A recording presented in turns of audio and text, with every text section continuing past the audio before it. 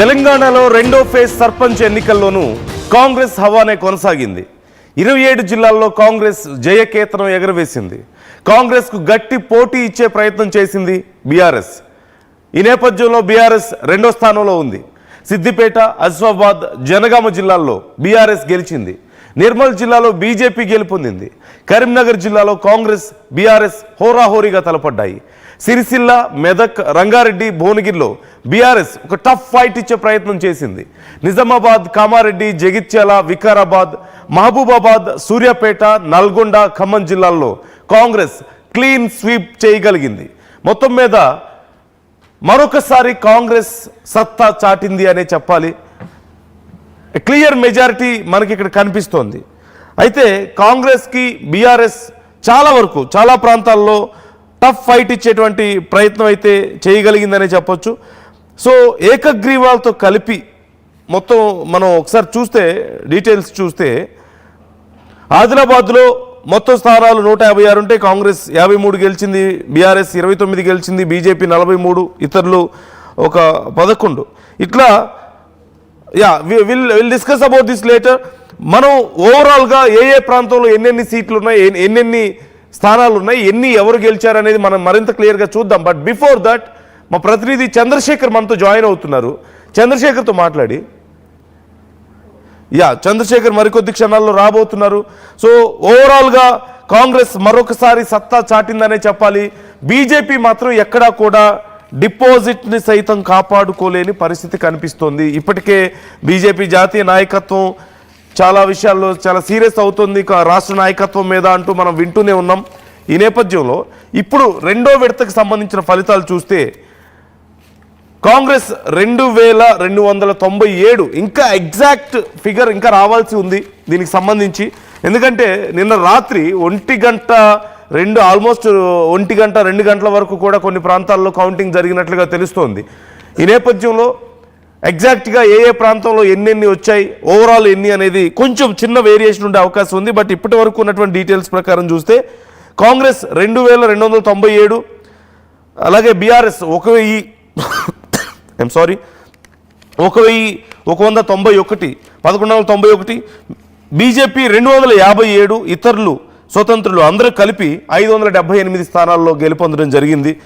So మొత్తం మీద 4333 స్థానాల్లో సగం కంటే ఎక్కువ స్థానాలు కాంగ్రెస్ గెలిచింది. మరొకసారి మొన్న చూసాం, మొదటి విడతలో కాంగ్రెస్ 60% స్థానాల్లో గెలుపొందింది, ఇంక్లూడింగ్ ఏకగ్రీవాలతో కలిపి మొత్తం 60% స్థానాల్లో గెలుపొందింది.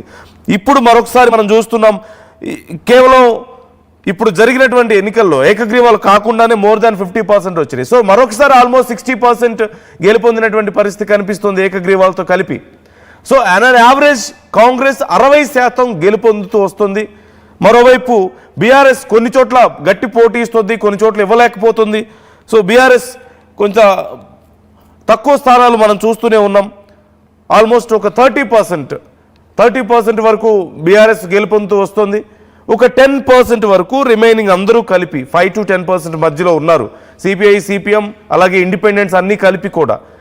సో ఓవరాల్ ఈ అంశానికి సంబంధించి డీటెయిల్స్ చూద్దాం. చంద్రశేఖర్ జాయిన్ అవుతున్నారు. చంద్రశేఖర్, సో రాత్రి 1 గంట 2 గంటల వరకు కూడా కౌంటింగ్ కొనసాగినట్లుగా తెలుస్తుంది.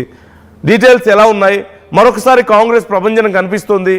మోర్ దాన్ 50% గెలిచింది, ఇంక్లూడింగ్ ఏకగ్రీవాలతో కలిపితే ఆల్మోస్ట్ 60%. మొదటి దశలోనూ అంతే, రెండో దశలోనూ అలాగే కనిపిస్తుంది.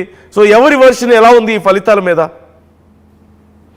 ఎస్ నందు, ఈ తెలంగాణ రాష్ట్ర వ్యాప్తంగా పంచాయత్ రాజ్ ఎన్నికలు రెండో విడత సైతం ఈ నెల 14 అంటే నిన్న రాత్రి వరకు ఫలితాలు వెలువడ్డాయి. ఓవరాల్ గా ఈ నెల 11న జరిగినటువంటి మొదటి విడత ఫలితాల్లో ఏదైతే కాంగ్రెస్ ప్రభంజనము హవా కొనసాగిందో అదే పంత అదే తీరున మరొకసారి ఫలితాలు కాంగ్రెస్ పార్టీకి, అంటే అధికార పార్టీ బలపరిచినటువంటి అభ్యర్థులు విజయ దుందుబి మోగించారని చెప్పుకోవచ్చు. రెండవ స్థానానికి సంబంధించి దాదాపు భారత రాష్ట్ర సమితికి సంబంధించి 25% పైగా సీట్లు వచ్చాయి. కేవలం సిద్దిపేట, జనగామ, కుమురం భీం, ఆసిఫాబాద్ లాంటి ప్రాంతాలు, అలాగే సిరిసిల్ల నియోజకవర్గానికి సంబంధించి బీఆర్ఎస్ హవా కనబడింది. మిగతా ప్రాంతాల్లో వెనుకంజలో ఉంది. ఇక ఇప్పటికీ భారతీయ జనతా పార్టీ 3వ స్థానంతోనే సరిపెట్టుకోవాల్సి వచ్చింది. కేవలం 6% స్థానాలతోనే భారతీయ జనతా పార్టీ 2వ దశలో తన హవా కొనసాగించింది. కేవలం కరీంనగర్ లోక్సభ పరిధిలో మాత్రం భారతీయ జనతా పార్టీ ఒక చెప్పుకోదగ్గ స్థానాలను సాధించడం జరిగింది. ఓవరాల్ గా చూసినట్టయితే 85.86% పోలింగ్ పర్సెంటేజ్ 2వ విడత తెలంగాణ రాష్ట్ర వ్యాప్తంగా జరిగినటువంటి జిల్లాల్లో నమోదైంది. దాదాపుగా 46,70,000 పైచిలకు ఓటు హక్కును తాము వినియోగించుకోవడం జరిగింది. నందు భువనగిరికి వచ్చేసరికి అత్యధికంగా పోలింగ్ పర్సెంటేజ్ నమైంది. ఇక్కడ దాదాపు 92% పోలింగ్ పర్సెంటేజ్ నమోదైంది. ఇక నిజామాబాద్ లో అత్యల్పంగా అతి తక్కువగా నమోదైంది. దాదాపు 76% మాత్రమే ఇక్కడ నమోదైనటువంటి పరిస్థితి. తొలి విడతలోకి వచ్చేసరికి కాంగ్రెస్ పార్టీ ప్రభంజనము ఈ దఫా సైతం కొనసాగిందని చెప్పుకోవచ్చు. ఇక అధికార పార్టీకి సంబంధించినటువంటి నేతలు, ఎమ్మెల్యేలు అంతా కూడా మేము మా పార్టీకి ప్రజల మద్దతు ఉంది, ప్రజలు మాకు అధికారం ఇచ్చారు, మాకు అండగా ఉన్నారు, ఈ అండదండలన్నీ కూడా మరి 5 ఏళ్ల వరకు కొనసాగే అవకాశం ఉంది అని చెప్పేసి ఈ విజయం మాకు నిరూపితమైంది. రాబోయే కాలంలో ఈ నెల 17వ తేదీన 3వ దఫా ఎన్నికలు జరగనున్నాయి. ఈ క్రమంలో సైతం తమకి ప్రజల మద్దతు ఖచ్చితంగా లభిస్తుందనే ధీమాతోని అధికార కాంగ్రెస్ పార్టీ ఉంది.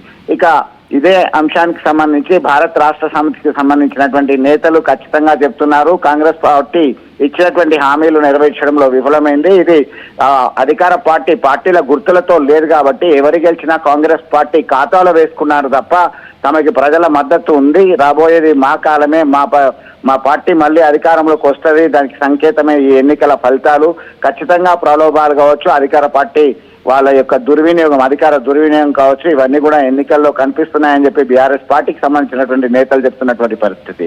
భారతీయ జనతా పార్టీకి సంబంధించి మాత్రం ఆ నేతలంతా కూడా ఒకటే చెప్తున్నారు, గ్రామ పంచాయతీలకి డబ్బులు చాలా పెండింగ్ లో ఉన్నాయి. దాదాపు 4,000 కోట్ల రూపాయలు రావాల్సిన బకాయిలు ఉన్నాయి. అవన్నీ కూడా కేంద్ర ప్రభుత్వమే ఇస్తున్నాం, మేమే ఇచ్చేది కాబట్టి గత్యంతరం లేకనే ఎన్నికలు నిర్వహించారు, ఖచ్చితంగా ప్రజల యొక్క మద్దతు మాకుంది అని చెప్పేసి భారతీయ జనతా పార్టీకి సంబంధించి చెప్తున్నారు. ఓవరాల్ గా చూసినట్టయితే ఏ పార్టీకి సంబంధం లేనప్పటికీ అన్ని పార్టీల నాయకులు చాలా ఛాలెంజ్ గా తీసుకున్నటువంటి పరిస్థితి దీన్ని చూడొచ్చు. దీనికి సంబంధించి ఇటు 3 ప్రధాన పార్టీలతో పాటు కొన్ని ప్రాంతాల్లో సిపిఐ, సిపిఎం అలాగే వీరికన్నా ఎక్కువ స్వతంత్ర అభ్యర్థులు, ఏ పార్టీతో సంబంధం లేకుండా స్వతంత్ర అభ్యర్థులు తమ యొక్క సత్తా చాటడం జరిగింది. చాలా ప్రాంతాల్లో ఈ దఫా ఉత్కంఠ పూర్వం కొనసాగింది. కరీంనగర్ జిల్లా విషయానికి వస్తే సైతం చాలా ప్రాంతాల్లో 1 ఓటు, 3 ఓట్లు, 5 ఓట్లు ఇలా రీకౌంటింగ్ చేసిన సందర్భాలు ఉన్నాయి. కరీంనగర్ జిల్లా తిమ్మాపూర్ మండలం పొలంపల్లి గ్రామానికి సంబంధించి 3 ఓట్లతో గెలిచినటువంటి అభ్యర్థి రీకౌంటింగ్ చేస్తే మళ్ళీ అదే వస్తే ఎన్నికల ఫలితాలు కొద్దిసేపటి వరకు ప్రకటించలేదు. దీనిలో ఉద్రిక్త పరిస్థితి నెలకొంది, లాఠీ చార్జ్ చేయాల్సి వచ్చింది. ఇక శంకరపట్నం మండలం అంబాలపూర్ గ్రామానికి సంబంధించి కేవలం 1 ఓటుతో విజయం సాధించడం జరిగింది. చాలా ప్రాంతాల్లో డ్రా తీయడం జరిగింది, లేదా టాస్ వేయడం జరిగింది. మొత్తం మీద హోరాహోరీగా కొనసాగినటువంటి ఈ పోలింగ్ ఖచ్చితంగా రాబోయే కాలంలో ఎంపీటీసీ, జడ్పీటీసీ స్థానాలను అత్యధికంగా మేము కైవసం చేసుకోవడానికి ఇది నాంది. మా వెంటే ప్రజలు ఉన్నారని చెప్పేసి వీరు చెప్తున్నటువంటి అధికార పార్టీ అంటే మొదటి దశలో